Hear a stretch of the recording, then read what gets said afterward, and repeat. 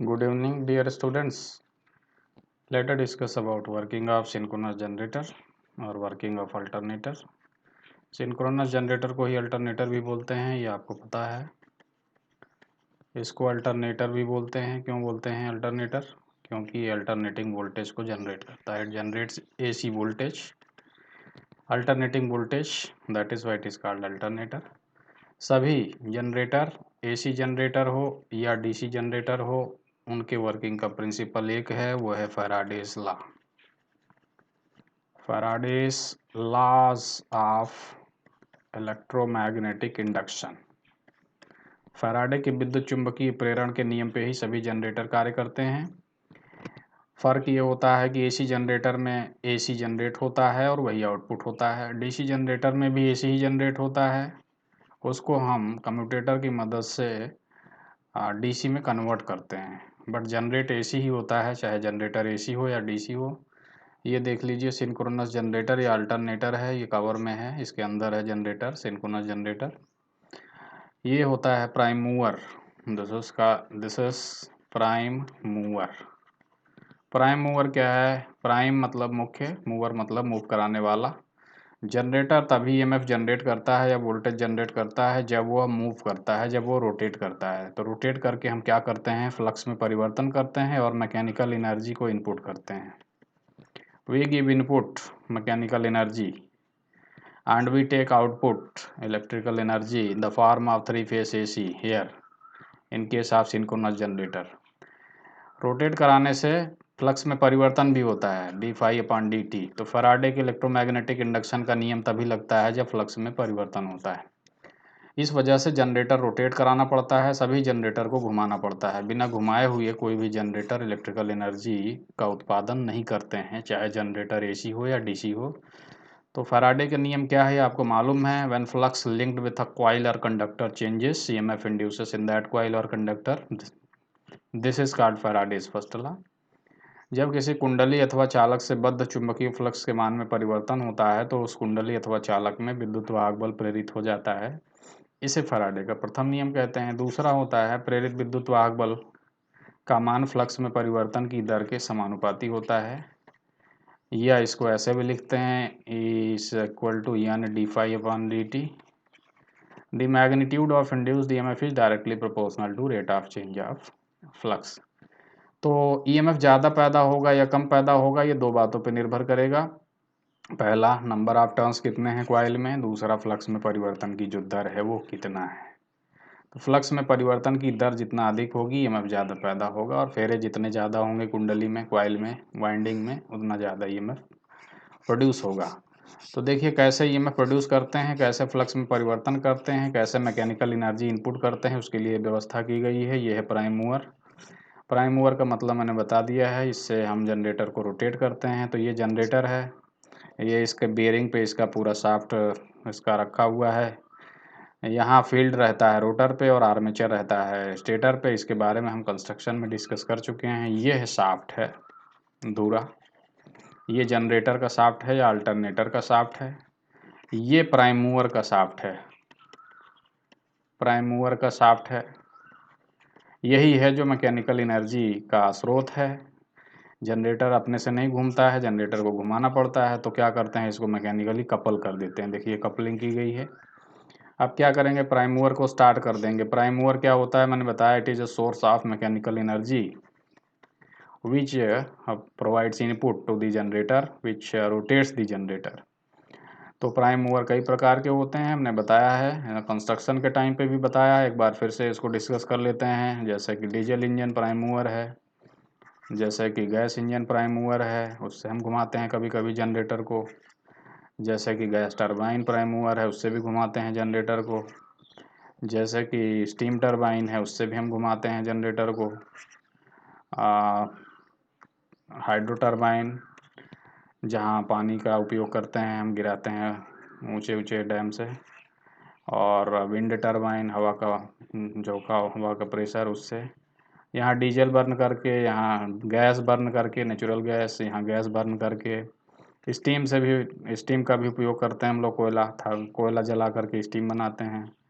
या hydro power plant में water का प्रेशर यूज़ करते हैं, विंड टरबाइन में हवा का फ्लो यूज़ करते हैं। ये सब बहुत सारे प्राइम मूवर हैं। देखिए ये स्टीम टरबाइन है, दिस इज स्टीम टरबाइन। तो स्टीम बनाते हैं हम लोग बॉयलर में, उसका हाई प्रेशर से स्टीम आती है और वो क्या करती है, इसमें ब्लेड्स होती हैं, उनको उन पे मारते हैं स्टीम को, तो वो रोटेट करती हैं ब्लेड्स। ब्लेड रोटेट करती हैं तो उसका धुरा जो है ये रोटेट करता है शाफ्ट, उसके साथ जनरेटर को कपल कर देते हैं। देखिए कैसे कपल करते हैं। ये है prime mover, this is prime mover, और ये है हमारा जनरेटर, ये अल्टरनेटर। इसको अल्टरनेटर जनरली कहते हैं because it generates AC voltage. इसका शाफ्ट देखिए ये है, और प्राइम मूवर का शाफ्ट ये है। इसको जोड़ा जा रहा है, देखिए कपलिंग की जा रही है, जोड़ देंगे तो जब हम प्राइम मूवर को स्टार्ट करेंगे ये रोटेट करेगा प्राइम मूवर इस दिशा में, या इसके उल्टा रोटेट करेगा, इस दिशा में रोटेट करेगा तो जनरेटर भी या अल्टरनेटर भी इस दिशा में रोटेट करेगा। अगर प्राइम मूवर इसके अगेंस्ट रोटेट कराएंगे हम इस दिशा में, तो हम जनरेटर को भी, ये देखिए इधर को घूमेगा, बट हम घुमाने की दिशा फिक्स कर लेते हैं पहले ही फिक्स रहता है कि जनरेटर को इधर घुमाना है या उल्टा घुमाना है, क्योंकि उसी से फेज सीक्वेंस जो है यहाँ जो पैदा होगा आर वाई बी, उसका फेज सीक्वेंस फिक्स हो जाता है कि क्या फेज सीक्वेंस होगा। ये देखिए कपलिंग हो गई है, कपलिंग हो गई। ये जनरेटर जो है उसका शाफ्ट इसके शाफ्ट के साथ जोड़ दिया गया है, कपलिंग हो गई है। अब क्या करेंगे, स्टेप नंबर 1 में इस टरबाइन को स्टार्ट कर देंगे, टरबाइन स्टार्ट हो जाएगा, फुल स्पीड पे ले जाएंगे। फुल स्पीड कितनी होगी हम बता चुके हैं, वो सिंक्रोनस स्पीड होती है, सिंक्रोनस स्पीड तक ले जाएंगे। सिंक्रोनस स्पीड कितनी होगी, इसका कैलकुलेशन होता है इस फार्मूले से 120F/P। तो कितना होगी सिंक्रोनस स्पीड, इसका कैलकुलेशन इससे करते हैं। ये जनरेटर इस स्पीड से ना ज़्यादा चल सकता है ना कम, ज़्यादा चलेगा या कम चलेगा तो फ्रिक्वेंसी जो है एफ़ वो 50 हर्ट्स नहीं रह जाएगी इंडिया के केस में। In Indian perspective frequency is constant, it is 50 hertz, there is national standard, so we keep this frequency constant।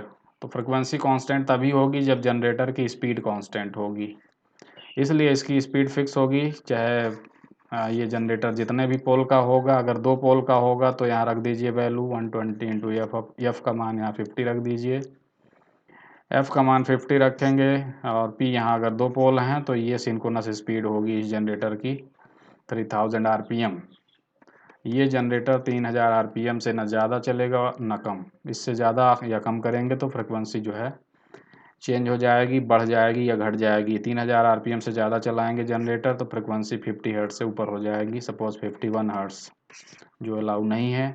Speed अगर 3000 आरपीएम से कम हो गई, मान लीजिए कि 2800 या 2900 आरपीएम हो गई, तो फ्रिक्वेंसी हो जाएगी 48 हर्ट्ज, ये भी परमिशबल नहीं है। तो फ्रिक्वेंसी को 50 हर्ट्ज रहना है तो जनरेटर की स्पीड या अल्टरनेटर की स्पीड भी फिक्स रहना है। So this generator runs at constant speed, that is why this generator is called synchronous generator, because it runs at this speed which is called synchronous speed. अगर इस generator में पोलों की संख्या 4 कर दें तो ये जनरेटर के लिए सिंक्रोनस स्पीड 3000 आरपीएम की जगह पे 1500 आरपीएम हो जाएगा। ये जनरेटर 1500 आरपीएम पे ही चलाया जाएगा, ना ज़्यादा ना कम। तो कितने आरपीएम पे चलेगा ये डिपेंड करेगा, फ्रिक्वेंसी तो ये फिक्स है, नेशनल स्टैंडर्ड होता है, it depends on the number of pole, how many poles are present on the field. So synchronous speed is taken on the basis of number of pole on its field। तो देखिए कहाँ से कैसे prime mover होता है, क्या होता है, देखिए इसके बारे में भी बात कर रहे थे। ये प्राइम मूवर का शाफ्ट है, ये अल्टरनेटर का शाफ्ट है, दोनों को क्या किया गया है, कपलिंग की गई है। This is called mechanical coupling. अब ये घूमेगा तो ये घुमाएगा इसको, देखिए ये है alternator, this is alternator and this is prime mover. Turbine है, स्टीम टरबाइन। स्टीम देखिए यहाँ से आ रही है, यहाँ स्टीम टरबाइन में ब्लेड्स होती हैं, पत्तियाँ, टरबाइन ब्लेड्स, उन पे स्टीम टकराती है। इन ब्लेड्स पे टकराने से क्या होता है, बहुत तेज़ वेलोसिटी से घूमती हैं ब्लेड्स, इनको घुमा करके स्टीम नीचे चली जाती है। इनको घुमाने से क्या होता है, ये भाग घूमने लगता है इस दिशा में, या इसके उल्टा, डिपेंड करता है डिज़ाइन पे। इस दिशा में घूमेगा तो ये भी इस दिशा में घूमेगा, जनरेटर इस दिशा में घूमेगा तो जनरेटर को घुमाना पड़ता है, तभी उसमें ईएमएफ प्रोड्यूस होता है, अदरवाइज़ ईएमएफ प्रोड्यूस नहीं होता है। तो देखिए, डीसी जनरेटर के बारे में हम बात कर चुके हैं, आपको मालूम होगा ये सिंक्रोनस जनरेटर है। दोनों में मूलभूत अंतर क्या है, what is the major difference? देखिए, डीसी जनरेटर में फील्ड जो है स्थिर है। देखिए, फील्ड को स्थिर रखा गया है। हेयर दिस इज फील्ड, यहाँ पोल है नॉर्थ, 2 पोल का है जनरेटर साउथ। यहाँ आर्मेचर वाइंडिंग है, ये दिस इज आर्मेचर। इसी में ईएमएफ प्रोड्यूस होता है, इसी में वोल्टेज प्रोड्यूस होता है, इसी में पावर प्रोड्यूस होती है। ये भाग घूम रहा है यहाँ पे, देखिए यहाँ पे ये भाग घूम रहा है। तो यहाँ घूम क्यों रहा है? क्योंकि यहाँ हमको कम्यूटेटर से अपना काम करवाना है। कम्यूटेटर क्या करता है? कम्यूटेटर को काम करना पड़ता है, कम्यूटेटर एसी को डीसी में कन्वर्ट करता है। It converts AC into DC. तो कम्यूटेटर एसी को डीसी में तभी, ये कम्यूटेटर है, ये कार्बन ब्रश है जहाँ हम सप्लाई लेते हैं DC, this is plus this is minus. ये एसी को डीसी में तभी कन्वर्ट कर पाएगा जब ये घूमेगा। अगर ये घूमेगा नहीं तो कम्यूटेटर अपना काम नहीं कर पाएगा। ये रेक्टिफायर होता है, it is like mechanical rectifier which converts AC into DC. So commutator performs its work only when it is rotating. But यहाँ पे देखिए, सिंक्रोनस जनरेटर में उल्टा व्यवस्था है। सिंक्रोनस जनरेटर को हम अल्टरनेटर भी बोलते हैं, हम कई बार इसको रिपीट कर चुके हैं। यहाँ पे देखिए आर्मेचर यहाँ है, here we have armature here. इसी में वोल्टेज पैदा होगा या पावर पैदा होगी। ये स्थिर है, दिस इज स्टेटर पार्ट। यहाँ पे स्टेटर कहाँ है? ये है रोटर, ये रोटेट कर रहा है। तो रोटर पे क्या है? यहाँ आर्मेचर है डीसी जनरेटर में। स्टेटर पे क्या है? यहाँ पे फील्ड है, फील्ड पोल। स्टैटिक है ये, this is static. Pole are static, ये स्थिर है। फील्ड स्थिर है। क्या घूम रहा है? आर्मेचर, रोटर घूम रहा है। उस पर आर्मेचर वाइंडिंग है जिसमें पावर पैदा हो रहा है, जिसमें वोल्टेज पैदा हो रहा है। डीसी जनरेटर में बाध्यता है, it is the compulsion. We have to keep this armature here on rotor because we have to facilitate this commutator to perform its work AC into DC. Synchronous generator में या alternator में उल्टा व्यवस्था है। देखिए, स्टेटर पे क्या है? आर्मेचर है, उल्टा। यहाँ पावर या वोल्टेज पैदा हो रहा है। रोटर ये है, दिस इज रोटर, ये रोटर है, रोटर है, इसमें फैन लगा है, ये इसमें हवा मारने के लिए, जिससे कूलिंग होती है। यहाँ पे देखिए पोल पैदा होते हैं, नॉर्थ साउथ इस तरह अल्टरनेट। सो दिस फील्ड, यहाँ पे है field, this is field. So field is rotating here.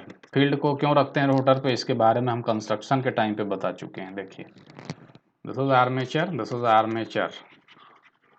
Armature यहाँ पे पावर प्रोड्यूस होती है, यहाँ पे वोल्टेज प्रोड्यूस होता है। ये स्थिर है, दिस इज स्टैटिक। इसको स्टेटर भी बोलते हैं, stator because it is static part, ये स्थिर रहता है। इसी में वोल्टेज पैदा होता है। सिंक्रोनस जनरेटर या अल्टरनेटर के केस में इस भाग में जो खाली भाग है, दिस हॉलो पार्ट, यहाँ पे रखते हैं हम क्या? ये भाग रखते हैं। ये यहाँ पोल प्रोड्यूस करते हैं, नॉर्थ साउथ ऐसे अल्टरनेट। अगर 4 पोल हैं तो नॉर्थ साउथ का ये क्रम रहेगा। ये एक्साइटर है, एक्साइटर से देखिए डीसी सप्लाई आती है, यहाँ से देखिए यहाँ निकल रहा है डीसी सप्लाई। ये फील्ड वाइंडिंग यहाँ लपेटी गई है। फील्ड वाइंडिंग को जब सप्लाई देंगे तो फील्ड वाइंडिंग क्या करेंगी? यहाँ पे अल्टरनेट पोल प्रोड्यूस कर देगी। यहाँ पे फील्ड वाइंडिंग क्लॉकवाइज लपेटी जाएगी अगर, तो अगले पे एंटी क्लॉकवाइज, इस तरह से देखिए सप्लाई देंगे ऐसा कि अल्टरनेट पोल प्रोड्यूस हो। तो ये इसको यहाँ रख देंगे, तो ये इसको रोटेट करेंगे। फील्ड फ्लक्स यहाँ से लाइंस जो हैं इसको कट करेंगी। जब रोटर घूमेगा तो फील्ड जो है घूमेगा, फील्ड फ्लक्स घूमेगा तो वो क्या करेगा? इन कंडक्टर्स को कट करेगा। तो कैसे ईएमएफ पैदा होगा इसके बारे में बात करेंगे अभी। देखिए, ये एक्साइटर है। एक्साइटर क्या होता है? ये एक्साइट करता है जनरेटर को, फील्ड को। It provides DC supply, it provides DC supply for the field. Field को डीसी सप्लाई क्यों चाहिए हमने बताया है। We have to produce uniform magnetic field. देखिए, स्टेटर है, this is stator part, here this is armature winding and this is field, this is pole, ये field है। ये रोटेट करेगा, ये स्थिर रहेगा। इसके बीच में देखिए हमने यहाँ गैप प्रोवाइड कर रखा है, this gap, because we have to prevent friction between this two. यहाँ गैप रहता है, बहुत कम रहना चाहिए, it should be minimum. Gap न्यूनतम रहना चाहिए। अगर गैप ज़्यादा होगा तो क्या होगा? रिलक्टेंस बढ़ जाएगा, रिलक्टेंस यस, रिलक्टेंस जो है बढ़ जाएगा तो क्या करेगा, मैग्नेटिक फ्लक्स को कम कर देगा, फ्लक्स को कम कर देगा तो इंड्यूस ईएमएफ जो होगा उसका मान कम हो जाएगा। इसलिए हम रिलक्टेंस को कम रखने के लिए एयर गैप को मिनिमम रखते हैं, एयर गैप को मिनिमम रखते हैं, लेकिन फ्रिक्शन भी नहीं होना चाहिए। So we balance between these two, दोनों के बीच में हम सामंजस्य स्थापित करते हैं। ये घूमेगा, यहाँ जब सप्लाई देंगे तो पोल क्रिएट हो जाएंगे, नॉर्थ, यहाँ साउथ, फिर उधर नॉर्थ, फिर यहाँ साउथ, 4 पोल हैं। देयर आर, पी का मान कितना है 4, देयर आर 4 नंबर ऑफ पोल। तो इनके लिए सिंक्रोनस स्पीड कैलकुलेट कर लीजिए, 120 into 50/4, so it is 1500 RPM. ये होगा इसकी सिंक्रोनस स्पीड। तो इसको हम सिंक्रोनस स्पीड पे रोटेट कराएंगे। देखिए ये तो डीसी जनरेटर का है, ये रोटेट कराते हैं इसको।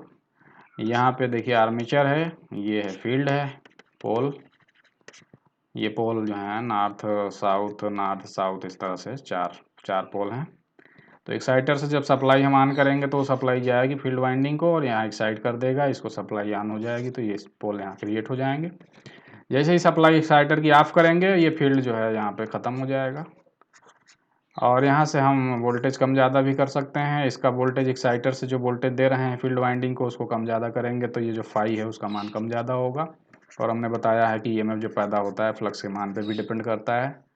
तो वोल्टेज जनरेटर का कितना वोल्टेज पैदा करेगा अल्टरनेटर, उसका मान हम इससे कंट्रोल कर सकते हैं। इसको बोलते हैं एक्साइटेशन कंट्रोल। एक्साइटेशन कंट्रोल करते हैं तो उससे हम वोल्टेज कंट्रोल करते हैं जनरेटर का, कितना वोल्टेज वो प्रोड्यूस करेगा। अब देखिए कैसे वर्क करता है, इसके बारे में अब हम डिस्कस करने जा रहे हैं। हमने बताया कि प्राइम मूवर को जोड़ देंगे, इसका शाफ्ट जनरेटर का शाफ्ट ये है, जनरेटर का शाफ्ट ऐसे होगा, इसके साथ प्राइम मूवर को जोड़ देंगे। प्राइम मूवर को जोड़ने के बाद में इसको क्या करेंगे, रोटेट करेंगे फिक्स डायरेक्शन में। ये स्टैटिक है, दिस इज स्टैटिक, ये स्टैटिक है, स्टेटर पार्ट है। इसके अंदर 3 फेज वाइंडिंग यहाँ भरी हुई है, देखिए ये 3 फेज वाइंडिंग है। यहाँ पे स्टेटर में 3 फेज वाइंडिंग होती है, R Y B R Y B R Y B, इस क्रम में होती हैं तीनों फेज की वाइंडिंग।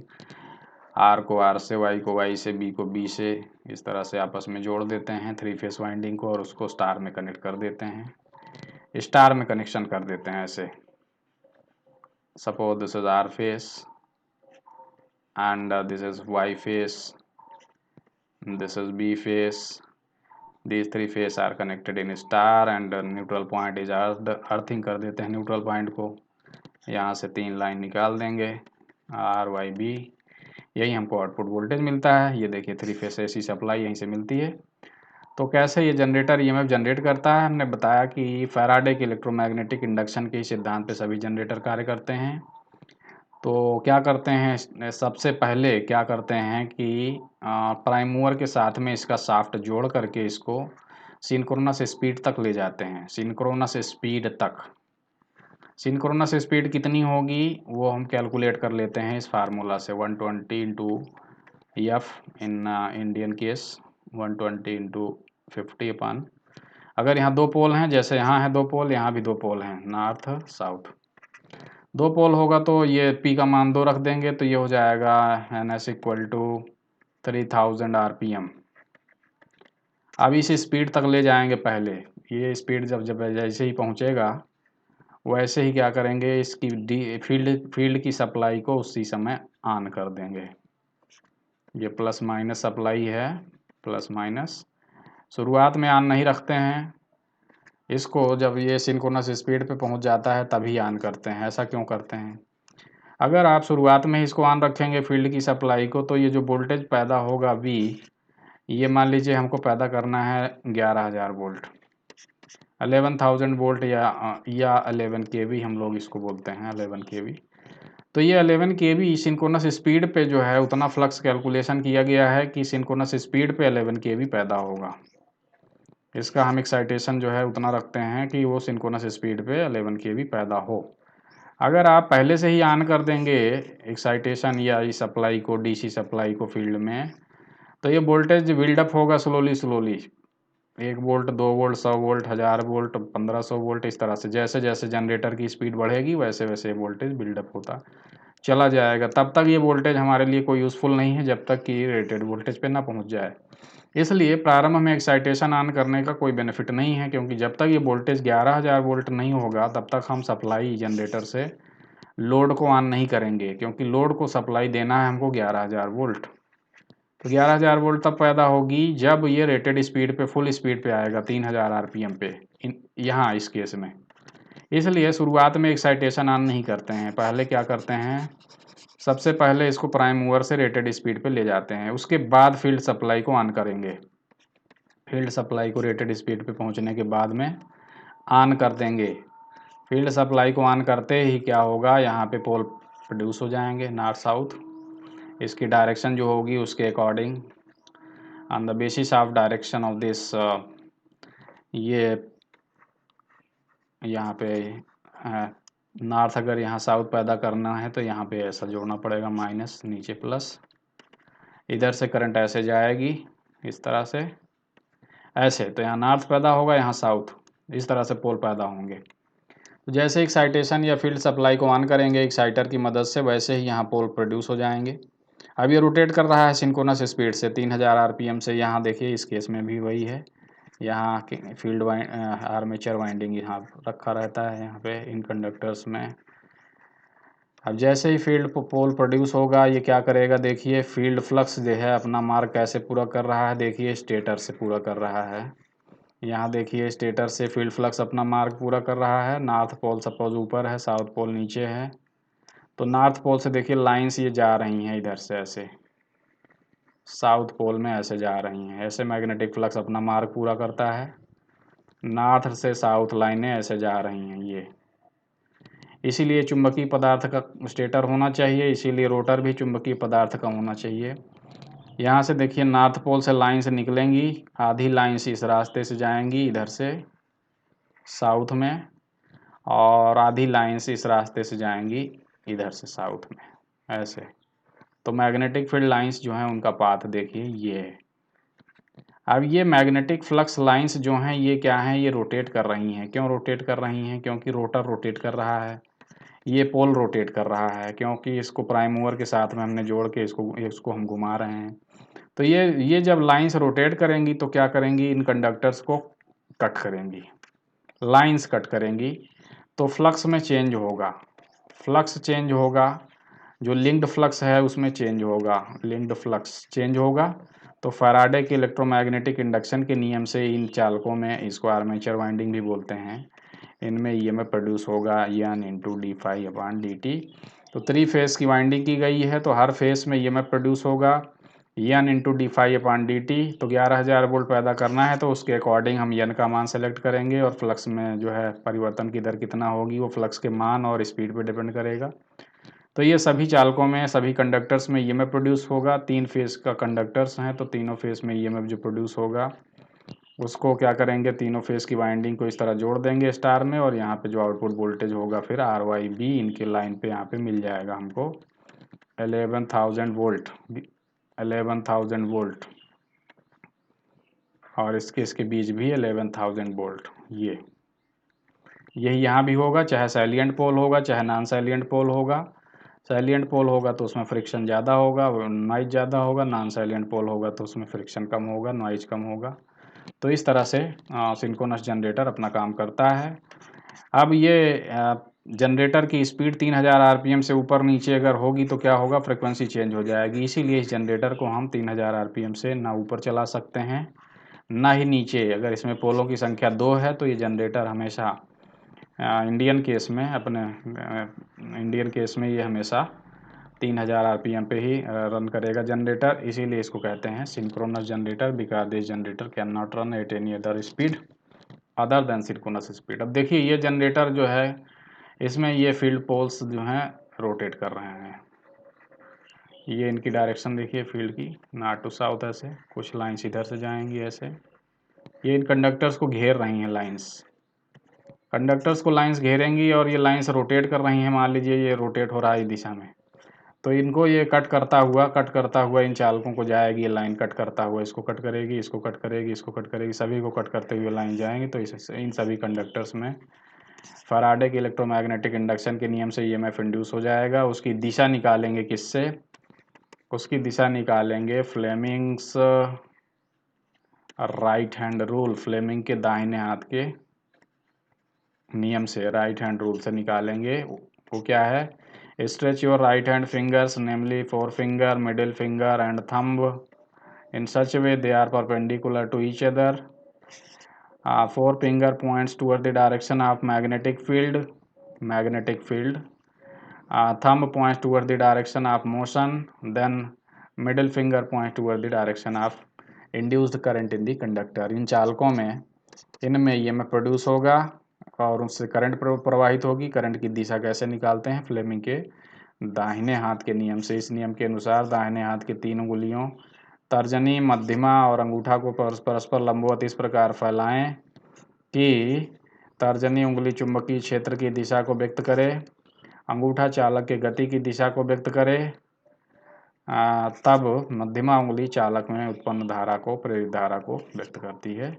ये इन कंडक्टर्स में EMF प्रोड्यूस हो जाएगा। 3 फेस का EMF, 3 फेस की वाइंडिंग होगी और वो हम बाहर ले लेंगे, स्टार कनेक्टेड होंगी और वहाँ बाहर हम सप्लाई आउटपुट ले लेंगे। देखिए कैसे आउटपुट निकलेगा। एक फेस ये है, उसका प्रारंभिक सिरा, अंतिम सिरा। ये वाइंडिंग का पहली वाइंडिंग है, ये है उसका प्रारंभिक अंतिम सिरा। दूसरी वाइंडिंग ये है, उसका प्रारंभिक सिरा B1 और अंतिम सिरा B2। तीसरी वाइंडिंग ये है C1, उसका प्रारंभिक सिरा है और अंतिम सिरा कौन है? C2 है। तो पहला फेस ये है, दूसरा फेस ये है, तीसरा फेस ये है। देखिए एक दूसरे से 120 डिग्री पे रखे जाते हैं। 120 डिग्री इलेक्ट्रिकल एंगल 120 डिग्री रहता है। अगर 2 पोल होता है मशीन में तो जनरली वो 120 डिग्री फिजिकल भी होता है, बट अगर पोलों की संख्या 2 से ज़्यादा होती है तो ज़रूरी नहीं है 120 डिग्री फिजिकल रहे या मैकेनिकल एंगल भी रहे। मैकेनिकल एंगल और इलेक्ट्रिकल एंगल अलग हो सकते हैं। तो यहाँ पे देखिए 2 पोल है, इसीलिए मैकेनिकल एंगल और इलेक्ट्रिकल एंगल सेम है, 120 डिग्री पे ही रखे गए हैं। अब क्या होगा, यहाँ जब हम फील्ड सप्लाई ऑन करेंगे पोल क्रिएट होगा। देखिए रोटर पे, इधर साउथ इधर नॉर्थ, इसको हम घुमा रहे हैं इस दिशा में। इस दिशा में घूमेगा तो पहले देखिए यहाँ इस समय इसको कट करेगा A1 को। तो A1 A2 जो है ये है induced EMF in first phase. पहले फेज में EMF इंड्यूस हुआ, उसके बाद ये इसको कट करने के बाद में देखिए फिर कहाँ आएगा। देखिए B1 को कट करेगा। इसको भूल जाइए क्योंकि ये अंतिम सिरा है, ये प्रारंभिक सिरा नहीं है। तो प्रारंभिक सिरा देखिए, प्रारंभिक सिरे कहाँ कहाँ हैं। पहले फेज का प्रारंभिक सिरा यहाँ है, तो पहले इसको कट करेगा पोल, फिर किसको कट करेगा पोल? B1 को। तो B1 B2 पैदा होगा। फिर किसको कट करेगा पोल? C1 कॉइल को, उसके प्रारंभिक सिरे को। तो C1 C2 पैदा होगा। 120 डिग्री का अंतर होगा क्योंकि इसको कट करने के बाद में 120 डिग्री जब रोटेट करेगा तब इसमें कट करेगा, फिर 120 डिग्री रोटेट करेगा तब इसको कट करेगा। तो बी फेज में जो EMF पैदा होगा वो ए फेज के EMF से 120 डिग्री लैग करेगा, पश्चिगामी होगा, क्योंकि 120 डिग्री बाद ये इसको कट करेगा B1 कॉइल को। ये आएगा तो इसको कट करेगा, तो इसको कट करेगा 120 डिग्री बाद, तो ये लैग करेगा, पश्चिगामी होगा। और इसको कट करेगा 240 डिग्री बाद। तो देखिए ये एंगल जो है C, वो टोटल एंगल है 240 डिग्री या इससे 120 डिग्री। तो ये इस तरह से इसी सीक्वेंस में पैदा होगा A1 B1 C1, A1 A2 B1 B2 C1 C2। तो पहले फेज का EMF देखिए EM sin ओमेगा टी, अगर उसको रेफरेंस माना जाए। दूसरे फेज का EMF 120 डिग्री लैग कर रहा है, EM sin omega T minus 120 degree क्यों लिखा गया है? क्योंकि इसमें जो EMF पैदा होगा B1 फेज में, बी फेज में EMF जो पैदा होगा वो ए फेज से 120 डिग्री लैग करेगा, क्योंकि पहले इसको कट करेगा तब 120 डिग्री बाद इसको। सी फेज में जो EMF पैदा होगा यहाँ, उसमें और डिले होगा, उसमें EMF मैक्सिमम वैल्यू पहुँचने में देखिए 240 degree. So the order of reaching maximum positive value, this is phase sequence. पहले EMF ये पैदा होगा मैक्सिमम, फिर ये। अगर इसको RYB के रूप में लिखा जाए, अगर मान लीजिए R फेज है ये और ये Y फेज है, दिस इज Y फेज, और ये B फेज है सपोज, तो फेज सीक्वेंस क्या होगा? R फिर Y फिर B। इस क्रम में ही ये जनरेटर हमेशा जनरेट करता रहेगा टिल इट्स लाइफ। जब तक ये इस जनरेटर इस तरह घूमेगा इस दिशा में, जब तक ये जनरेटर इस दिशा में घूम रहा है, इसका ये रोटर भाग इस दिशा में घूम रहा है, फेज सीक्वेंस R के बाद हमेशा Y आएगा, Y के बाद हमेशा B आएगा। तो इसको बोलते हैं RYB। इस तरह से जनरेट होगा हमेशा। ये पॉजिटिव फेज सीक्वेंस कह सकते हैं इसको। अगर हम जनरेटर को उल्टा घुमाना शुरू कर दें, सपोज उल्टा इस दिशा की जगह इस दिशा में घुमाएं, तो ये जो सीक्वेंस है चेंज हो जाएगा। सीक्वेंस चेंज हो जाएगा क्यों? इसके बाद कौन सा आएगा? ये आएगा। फिर कौन आएगा? ये आएगा। तो ये उल्टा हो जाएगा फेज सीक्वेंस। ये हो जाएगा, मान लीजिए ये आर है, ये वाला वाई है, ये बी है, तो फेज सीक्वेंस क्या हो जाएगा? पहले फेज सीक्वेंस था आर के बाद वाई आता था, फिर बी आता था, फिर आर आता था, फिर वाई, फिर बी। अब उल्टा हो जाएगा। आर के बाद कौन आएगा? आर के बाद अगर जनरेटर उल्टा घुमा रहे हैं, सपोज इस दिशा में घुमा रहे हैं, इस दिशा में, इसके बाद कौन आएगा? फिर ये आएगा, बी आएगा। बी के बाद कौन आएगा? फिर वाई आएगा। फिर वाई के बाद कौन आएगा? फिर आर आएगा। फिर बी, फिर वाई। ये देखिए अब सीक्वेंस चेंज हो गया, आर बी वाई इस तरह से हो गया। इसलिए जनरेटर जो है उसके घुमाने की दिशा पहले से ही निर्धारित रहती है, क्योंकि फेज सीक्वेंस हमको फिक्स रखना है। आर वाई भी पैदा करना है कि बी वाई आर या आर बी वाई पैदा करना है। Accordingly its direction is already fixed, पहले से ही फिक्स कर दी जाती है। जनरेटर को कभी भी उल्टा घुमाएंगे, अगर जनरेटर को कभी भी उल्टा घुमाएंगे तो 3 फेज जो सप्लाई पैदा होगी उसका फेज सीक्वेंस उल्टा हो जाएगा, और इससे जो भी मोटर कनेक्टेड होंगी मोटरें सभी उल्टा घूमेंगी, क्योंकि मोटर में फेज सीक्वेंस चेंज होने से उनमें मैग्नेटिक फील्ड जो है वो रोटेट करता है उल्टा डायरेक्शन में, और सभी मोटर्स जो हैं उल्टा दिशा में घूमना शुरू कर देंगी। इसलिए इस पर पहले से ही एरो मार्क्ड रहता है कि इधर ही घुमाना है, तभी आर वाई भी पैदा होगा जब हम उसको फिक्स डायरेक्शन में घुमाएंगे। तो कहाँ पे ईएमएफ पैदा हो रहा है इसके बारे में हम बात कर चुके हैं। कहाँ पे वोल्टेज, कहाँ पे पावर पैदा हो रही है? यहाँ पे पैदा हो रही है, यहाँ पे इस भाग में। इसको बोलते हैं स्टेटर वाइंडिंग। ये इंसुलेटेड वाइंडिंग्स होती हैं, बहुत मोटे मोटे कॉपर के तारों की बनी होती हैं। कितना मोटी होंगी? ये थिक होती हैं, मत मोटा, क्योंकि इनको बहुत हैवी करंट हैंडल करना होता है। हैवी करंट क्यों हैंडल करना होता है? क्योंकि पूरा लोड की जो करंट होती है, जितना पावर ये डिलीवर करता है, पूरा आर्मेचर वाइंडिंग से होकर गुजरती है, इसलिए कॉपर के मोटे तार होते हैं। देखिए इंसुलेटेड होते हैं। इंसुलेटेड क्यों रहते हैं? जिससे कि ये सप्लाई इस पे ना आ जाए स्टेटर कोर पे। यहाँ इसके टर्मिनल से देखिए बाहर निकाल दिए जाते हैं। टर्मिनल बाहर जहाँ से निकाले जाएंगे वहीं पे ले जाके सप्लाई को, लोड को वहीं पे कनेक्ट करते हैं। तो ये देखिए ये है, इस भाग को यहाँ पोल क्रिएट करेंगे, नॉर्थ साउथ इस तरह से 4 पोल क्रिएट किया, उसको यहाँ रोटेट करेंगे। फील्ड फ्लक्स जो है ऐसे घूमेगा, वो इन कंडक्टर्स को कट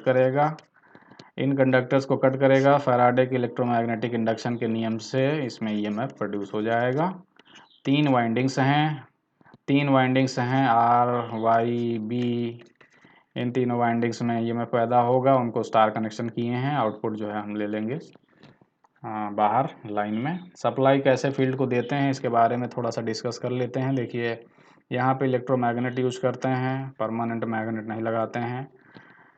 यहाँ पे परमानेंट मैग्नेट लगाएंगे तो हम फ्लक्स पे कंट्रोल खो देंगे। हमने बताया था कि जो वोल्टेज जनरेट होता है वो फ्लक्स पे डिपेंड करता है। हमको वोल्टेज कंट्रोल करना है कि कितना जनरेटर वोल्टेज पैदा करेगा, उसके मान को कम ज़्यादा करना है, इसलिए हम फ्लक्स को कंट्रोल करना चाहते हैं। तो हम यहाँ लगाते हैं इलेक्ट्रोमैग्नेट। यहाँ सीरीज में रियोस्टेट लगा लेंगे, उसके मान को कम ज़्यादा करेंगे, करंट कम ज़्यादा होगी।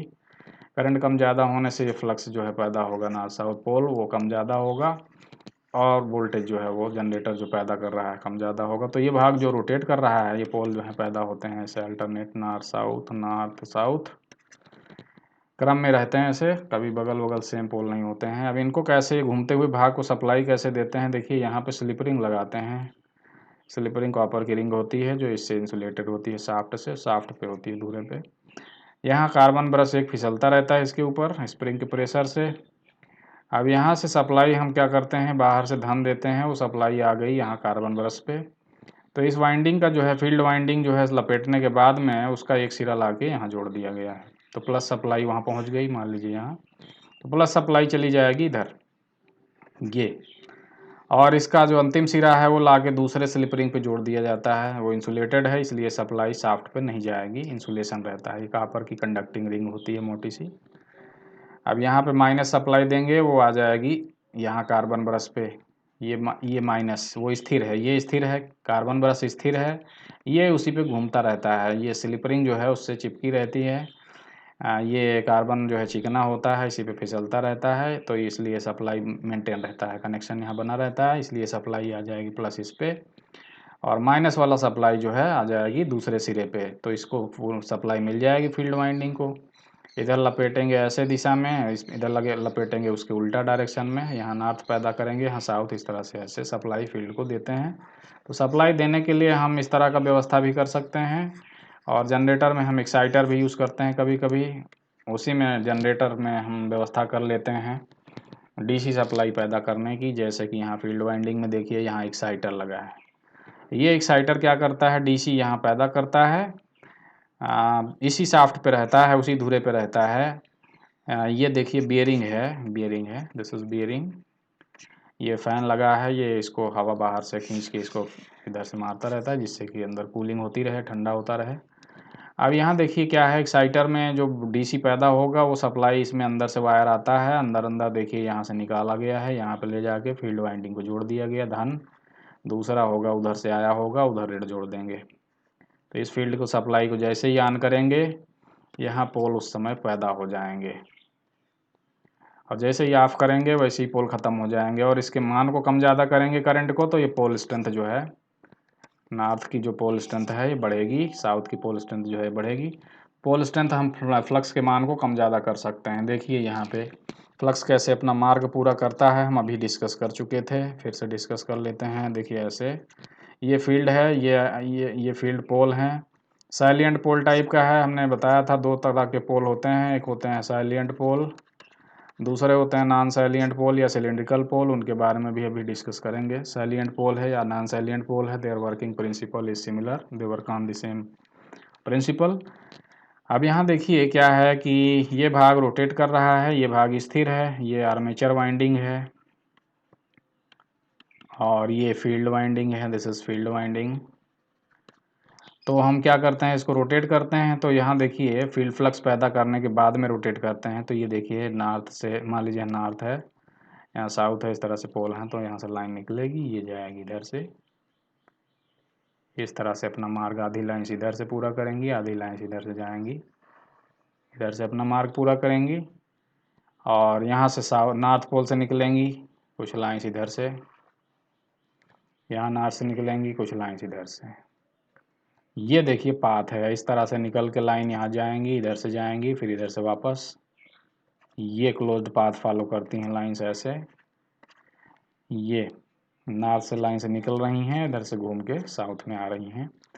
तो ये चूंकि रोटेट कर रहा है, ये रोटेट कर रहा है, इसलिए ये फ्लक्स क्या करेंगे, इन कंडक्टर्स को, आर्मेचर वाइंडिंग को कट करेंगे, और उसमें फैराडे के इलेक्ट्रोमैग्नेटिक इंडक्शन के नियम से ईएमएफ पैदा होगा। थ्री फेस वाइंडिंग है, थ्री फेस ईएमएफ पैदा होगा, और उनका फेस सीक्वेंस रोटेशन के हिसाब से फिक्स हो जाता है, और वो थ्री फेस ईएमएफ हम बाहर ले लेंगे। उसकी फ्रिक्वेंसी कितनी होगी, Pn/120। पी क्या है, number of pole, number of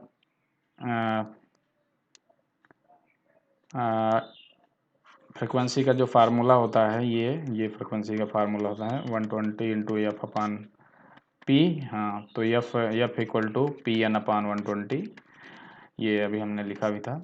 तो पी क्या है, नंबर ऑफ पोल, जैसे 4 पोल हैं तो यहाँ पी का मान 4 रख लीजिए। एन कितना होगा, एन अभी हम कैलकुलेट कर लेंगे, अपान 120, और एफ का मान कितना है, फ्रिक्वेंसी 50 हर्ट्ज रखना है। तो यहाँ पे एन जो आएगा, सिंक्रोनस स्पीड कितना आएगा, 120 इंटू 50/4, ये आ जाएगा 1500 RPM। तो ये जनरेटर 1500 RPM पे ही चलेगा, ना ज़्यादा ना कम, इसलिए इसकी सिंक्रोनस स्पीड कितनी है, 1500 RPM।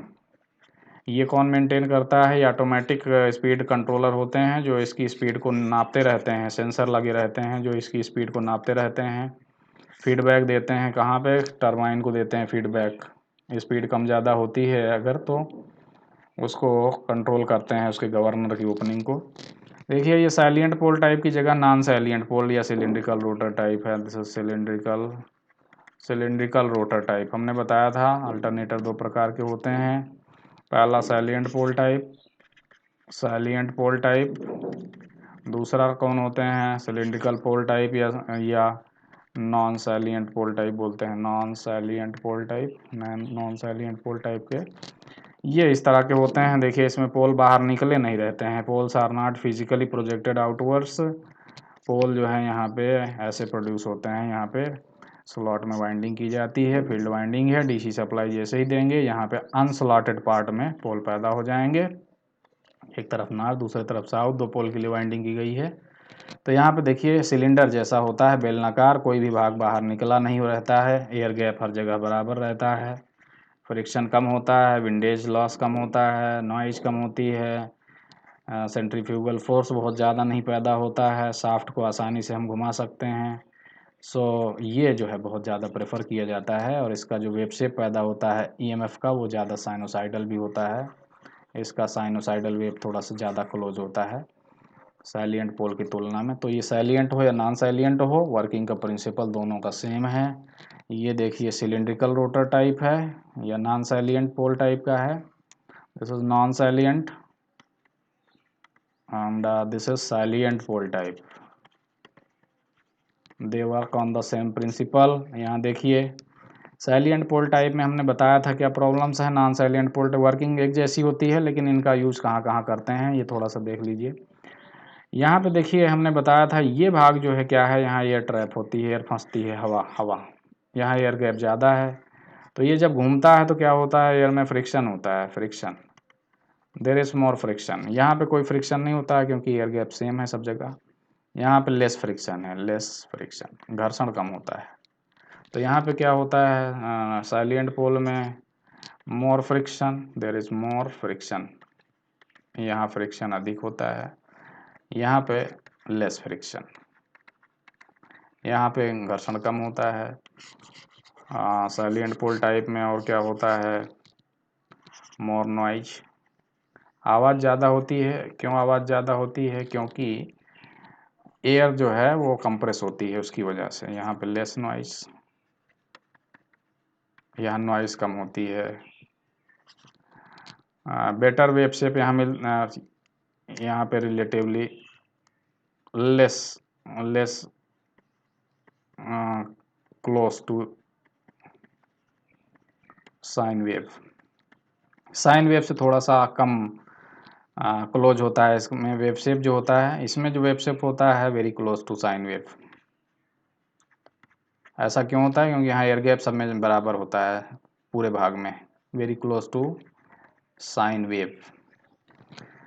चौथा देखिए इसमें विंडेज लॉस ज़्यादा होता है, लॉस होता है। विंडेज लॉस क्यों होता है, क्यों ज़्यादा होता है, क्योंकि एयर ट्रैप होती है यहाँ इस भाग में, उससे जो है उसको उसकी घर्षण के कारण कुछ पावर लॉस हो जाती है, उसको विंडेज लॉस बोलते हैं। यहाँ पे विंडेज लॉस लेस होता है, एयर विंडेज लॉस लेस, कम विंडेज लॉस होता है। इसके बाद फिर यहाँ पे सेंट्रीफ्यूगल फोर्स क्या होता है, सेंट्रीफ्यूगल फोर्स मोर, ज़्यादा सेंट्रीफ्यूगल फोर्स पैदा होता है।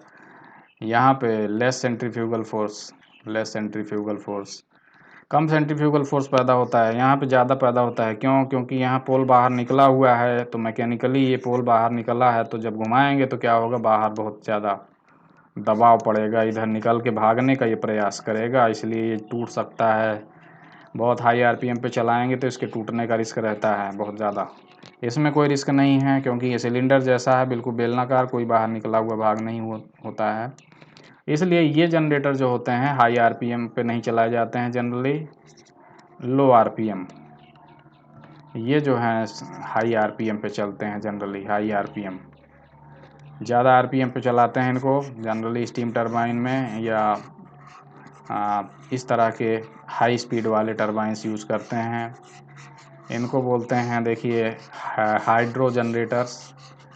सैलिएंट पोल वाले जनरली क्या कहलाते हैं, इनको कहते हैं जनरली हाइड्रो जनरेटर्स, इनको बोलते हैं जनरली टर्बो जनरेटर्स।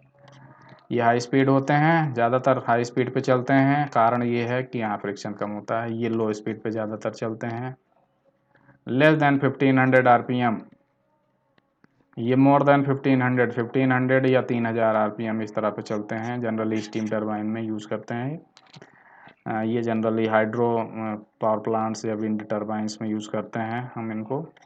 ये होते हैं सैलिएंट पोल, ये नॉन सैलिएंट पोल टाइप होते हैं। देखिए ये जो सैलिएंट पोल टाइप होते हैं उनमें क्या होता है कि हमको ज़्यादा पोल पैदा करना पड़ता है, क्योंकि लो आरपीएम पे चलते हैं, ये लो आरपीएम पे चलते हैं।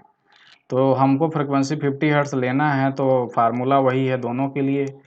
क्या है formula? 120 into F upon P, ये होता है synchronous speed, N S equal to 120 into 50 upon P, ये फार्मूला होता है।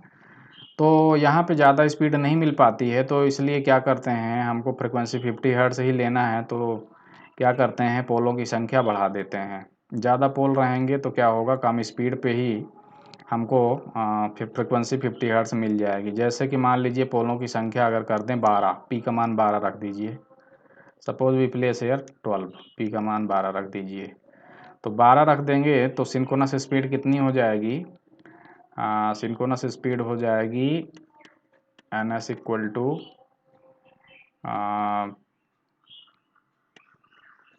1000 आरपीएम,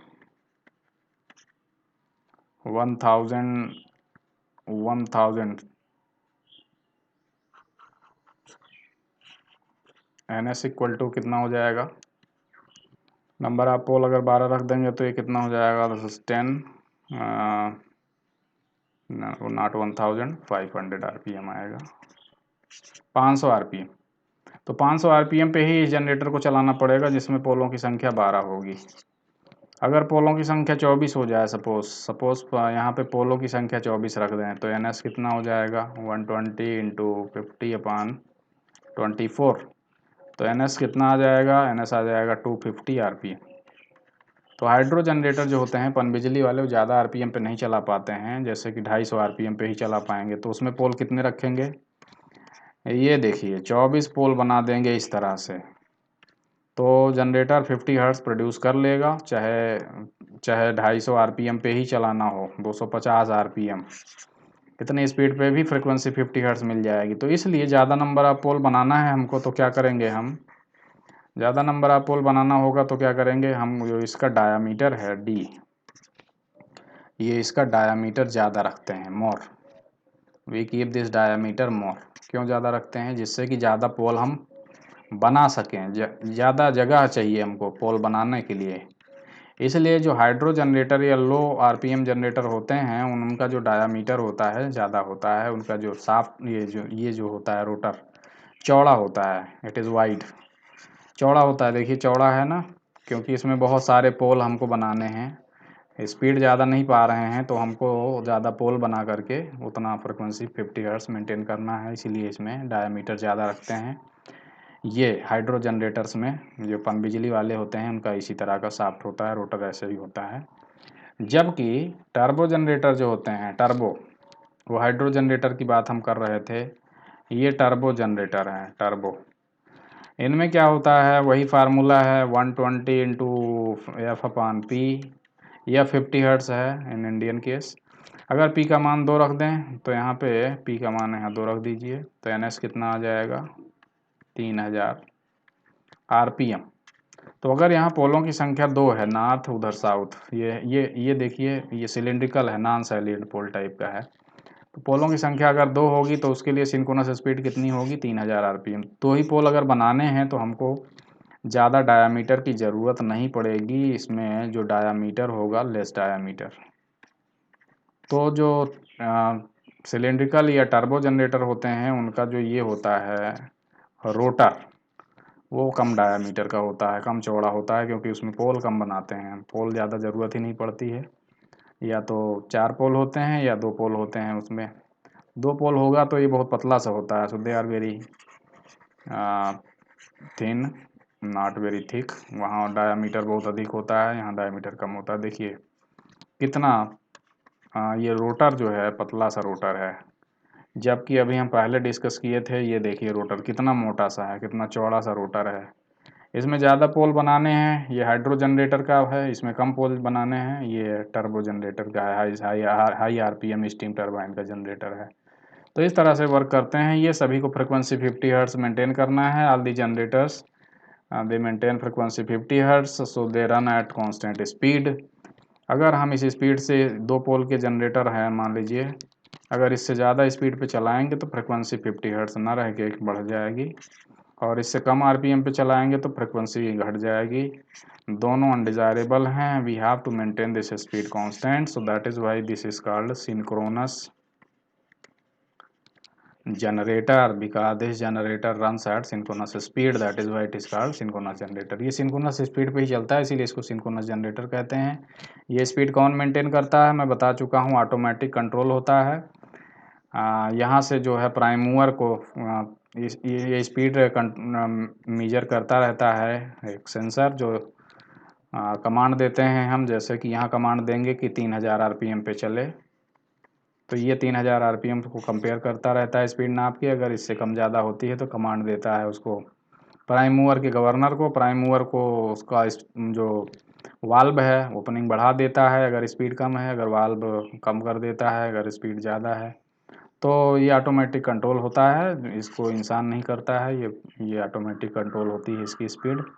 तो this is how its speed is maintained and frequency is maintained. So इस तरह से वोल्टेज और फ्रिक्वेंसी दोनों हम मेंटेन कर लेते हैं। वोल्टेज कैसे, एक्साइटेशन चेंज करके, एक्साइटेशन फील्ड वाइंडिंग की जो सप्लाई वोल्टेज है उसको कम ज़्यादा करके, और फ्रिक्वेंसी कैसे चेंज करते हैं जनरेटर की, स्पीड चेंज करके, स्पीड कम ज़्यादा करके हम फ्रिक्वेंसी चेंज कर लेते हैं, और फ्लक्स जो है उसका मान कम ज़्यादा करके वोल्टेज चेंज कर लेते हैं। तो एक्साइटेशन कंट्रोल करते हैं एक्साइटर के माध्यम से, उसके एक्साइटर द्वारा जो वोल्टेज दिया जा रहा है फील्ड वाइंडिंग को, उस वोल्टेज के मान को कम ज़्यादा करके हम क्या करते हैं, ये फ्लक्स कम ज़्यादा करते हैं। फील्ड वाइंडिंग द्वारा जो फ्लक्स प्रोड्यूस हो रहा है उससे वोल्टेज कम ज़्यादा होता है। इस तरह से वोल्टेज और फ्रिक्वेंसी दोनों हम मेंटेन रखते हैं। So this is how generator, synchronous generator works. Thank you for watching this video, thank you so much.